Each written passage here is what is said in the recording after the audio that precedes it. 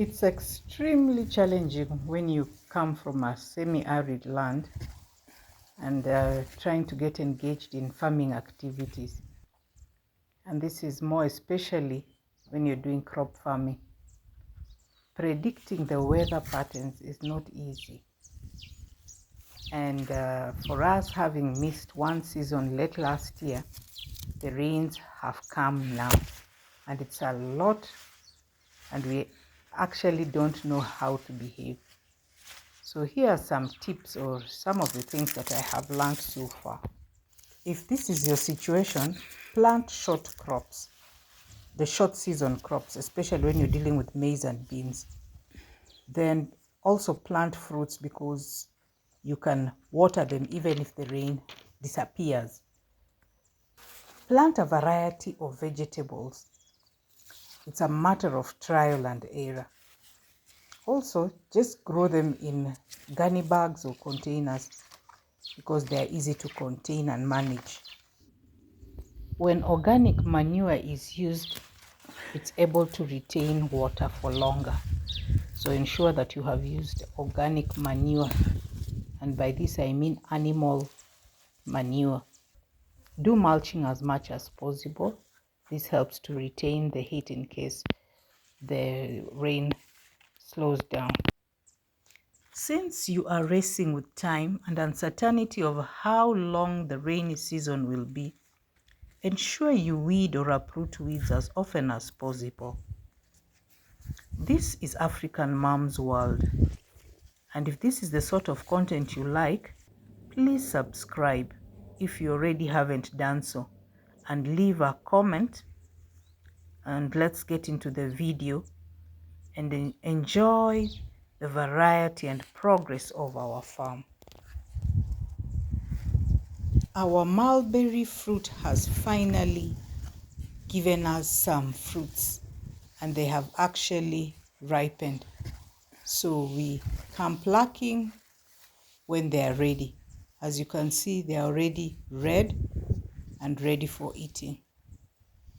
The leaves are quite big. In fact, it's so healthy. We also have maize on the farm, but it's interesting that they are in different sizes, yet we planted them at the same time. There is even one that has grown so tall, and I'm just wondering why this is so. Look at this outlier. It's just the only one. It's so surprising. But anyway, that is it. We have our pawpaws. This time our pawpaws haven't done well. And this one, in fact, is infested with aphids. So we have to deal with the situation. And it looks like it has withered in some places. Our mchicha, our indigenous vegetable here, has grown quite big. Despite having chopped off the seeds, most of them have grown again. But we have some leaves which we can be able to pluck and eat. Even where we cut right down the stems, they have already grown again and we are able to harvest them. So this is something nice to have on the farm because it grows quite fast. Look at that. It looks so nice. As for this red mchicha, I don't know what to do. Look at it. It already has seeds. We also transplanted the cassavas, and I was wondering whether this was the correct way to grow them. But no problem. We already have some leaves of them, which means they will do well as long as we have some rains. Cowpeas did not grow here. I don't know what happened, but we have some sweet potatoes which are growing very well, and the vines are spreading quite fast. So our issue here is how to contain them so that they don't grow wild, because they can actually just fill the entire farm. So we have to keep bringing them back together so that they're in a controlled space. But it looks nice. As for our sugarcane, it looks quite unhealthy. I don't know whether it is because of the weather, whether it's the termites, not so sure. But anyway, we will continue weeding it and see how it goes. We also have another sweet potato vine here, but this one is quite controlled. And this is the way to deal with sweet potatoes so that they don't affect other plants. We grew cowpeas here, but they did not grow. Just a few. These are weeds, we have to remove them. But the cowpeas did not grow. Actually, I'm not sure exactly what happened. Whether it's a problem at this point of the farm, or the seed we used, or the sun, I'm not so sure. But the vegetables have done extremely well.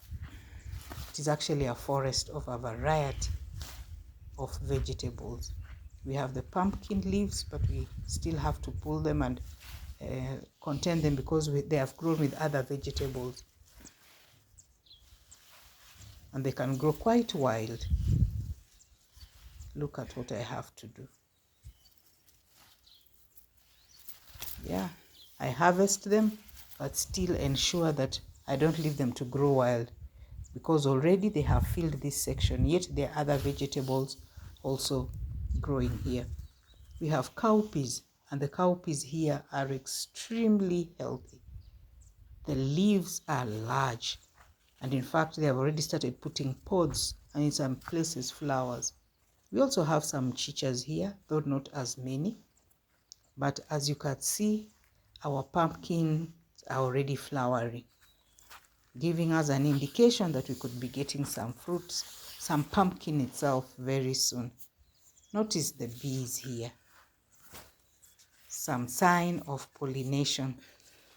It's really a good sight to have. Then we have our Murenda, popular one in my community. I really like it. Then we have this aloe vera. It's the only one. It also shows me when the rains are scarce, because it changes color. I have a variety of cowpeas, and here we have mixed it with tomatoes. Not a good thing to do, and we really over harvested here, so we have very few leaves on them. But anyway, they're also flowering, and we're having more leaves growing on them. And this was a very bad style of harvesting, because almost all the leaves were removed. And I think I need to do better next time. We have a different variety here of cowpeas. Very big leaves. Just look at the leaves. It is so big. And so I had to harvest at this point, because I looked at it that this is where we have the good looking ones. And that's what I had to use for the evening meal. They have done really well, and I'm proud. Then we have the bananas here. They are really well groomed. And this is what you need to do in a place where you're not sure about the rains. Unfortunately, we have so many that have budded or sprouted from this same point. So I don't know whether they will do well. But anyway, we are just trying to keep the weeds away and ensuring that it remains healthy. We'll water in case the rains do not continue. But we planted very many things on our farm, as you can already see. We had an accident here when we were burning the compost. We burnt our pomegranate, yet it has already fruited, and some of the fruits are actually almost ready. They are turning red, and I think this is the point where we can eat. There are quite a number of them. This is another point where we have a healthy avocado, but grown together with the bananas. But no problem, because we have weeded it quite well. And where there are some grass that is there, we just have to uproot them with our hands. But the banana is doing quite well. We have our mango, and our mango has grown very fast. Look at the leaves, looking so green. I think this one will do best when there's a lot of water, and rainwater has done the magic. Yes, and we have the beans here. Very few this time on the farm, but we already have the pods on it, and some of the have put flowers. So the beans have really gone fast. They are different varieties, and since we just planted mixed beans, it's a matter of trial and error. They have all put flowers or started putting on pods, and we also have some tomatoes growing in between. So this is really a nice sign. You can see how clean it is.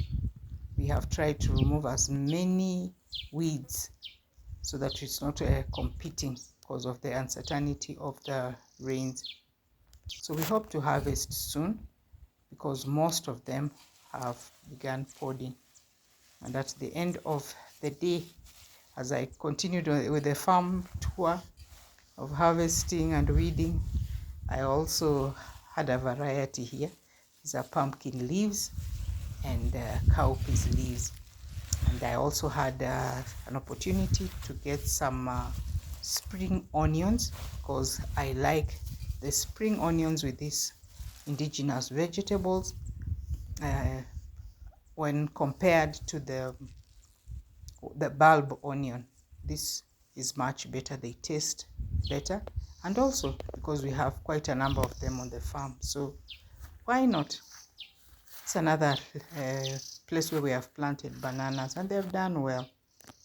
We also have quite a number of them in one place, which is not the right thing to do, but yeah, we even grew a cypress tree near it.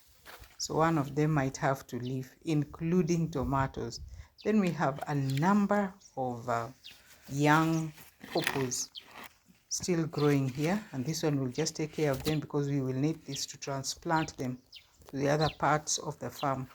Actually, our pawpaws this time haven't done well. We don't have pawpaws. I was able to get some green pepper, which we call hoho, and transplanted them here. And they're doing quite well. But any day that the rain doesn't fall, we have to water them. Because as you can see, we had cowpeas here and they actually did not grow. They didn't sprout. They dried up. But where there are weeds, we also had to remove them.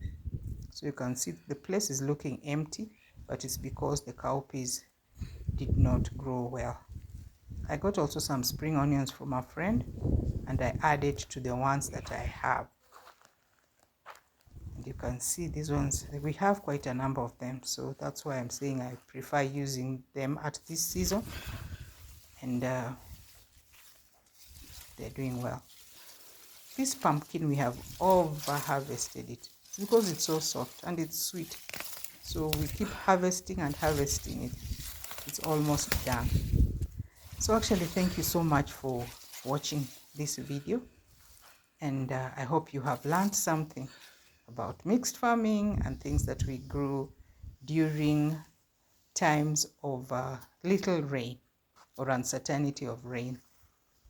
And here we have a forest of the mchicha. It's the most common food, vegetable on our farm anytime. I think it's because the seeds fall anytime. So even if you don't plant, they will grow. So that is our farm with a variety. Thank you, and see you on the next one.